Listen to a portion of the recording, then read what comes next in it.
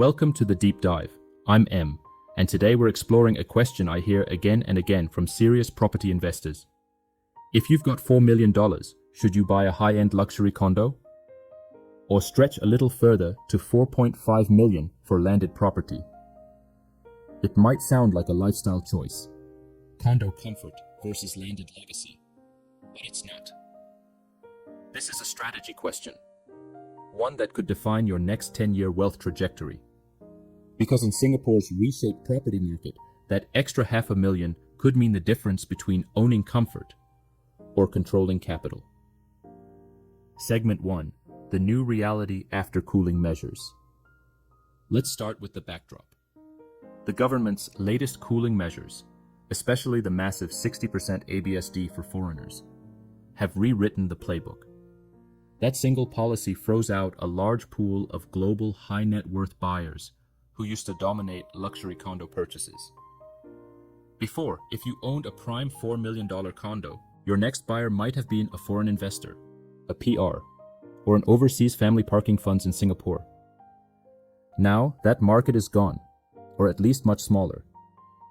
Your resale value and liquidity are now tied overwhelmingly to local buyers. And here's the truth. Local upgraders don't think like global investors. They think like families, about schools, commutes, and legacy. That mindset shift has quietly repositioned the entire high-end property market. Segment 2. The buying power triangle. To navigate this new landscape, you need a framework, what I call the buying power triangle. It's a simple way to know whether your next purchase will grow in value or get stuck. The first point is affordability. What can your core local buyer genuinely afford? At the $4 million mark, you're looking at affluent professionals, dual-income families, or business owners upgrading from private condos or executive apartments. The second point is sweet spot pricing. Where is demand clustering right now? It's not always where the nicest homes are. It's where the largest number of qualified buyers are ready to act. The third point is buyer profile. Who is your next buyer and what do they dream of owning? Post-ABSD, 90% of your exit strategy depends on this.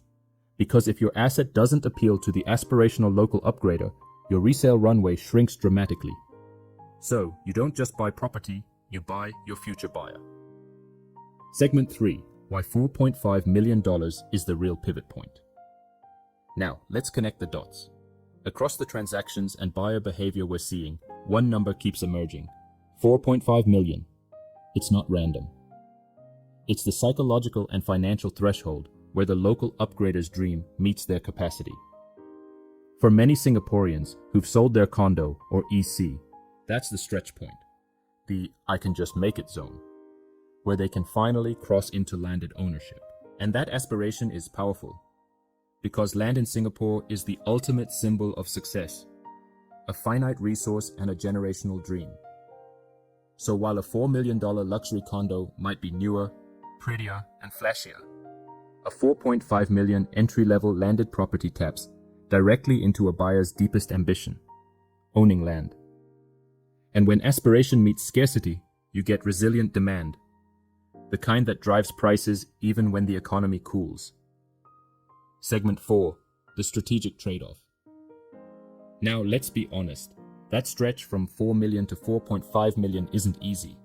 You might trade a brand new, high-floor luxury unit for an older terrace. You might give up sleek facilities for an address with history. But that's the paradox of strategic investing. You sacrifice surface luxury today for scarcity value tomorrow. Here's why that matters. At $4 million, you're competing in a crowded market. There are hundreds of new luxury condos, all chasing the same small buyer pool. But at $4.5 million, you're in a category defined by limited supply, lasting prestige, and consistent local demand.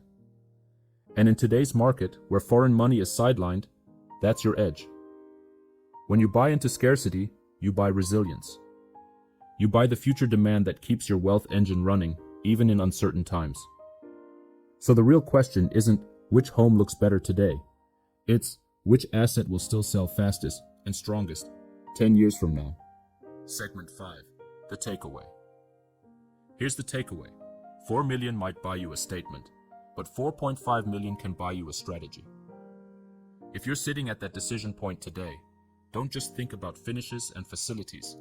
Think about exit strategy, liquidity, and the buyer you'll eventually sell to. Because the next decade of property success in Singapore won't belong to the most luxurious. It will belong to the most strategic. If this episode resonated with you, and you're wondering how to position your next property at the right point of the buying power triangle, I'd love to help you. Let's see how your property can become your next wealth engine. This is M, and you've been listening to The Deep Dive. Stay sharp, stay strategic, and as always, own smart, not just big.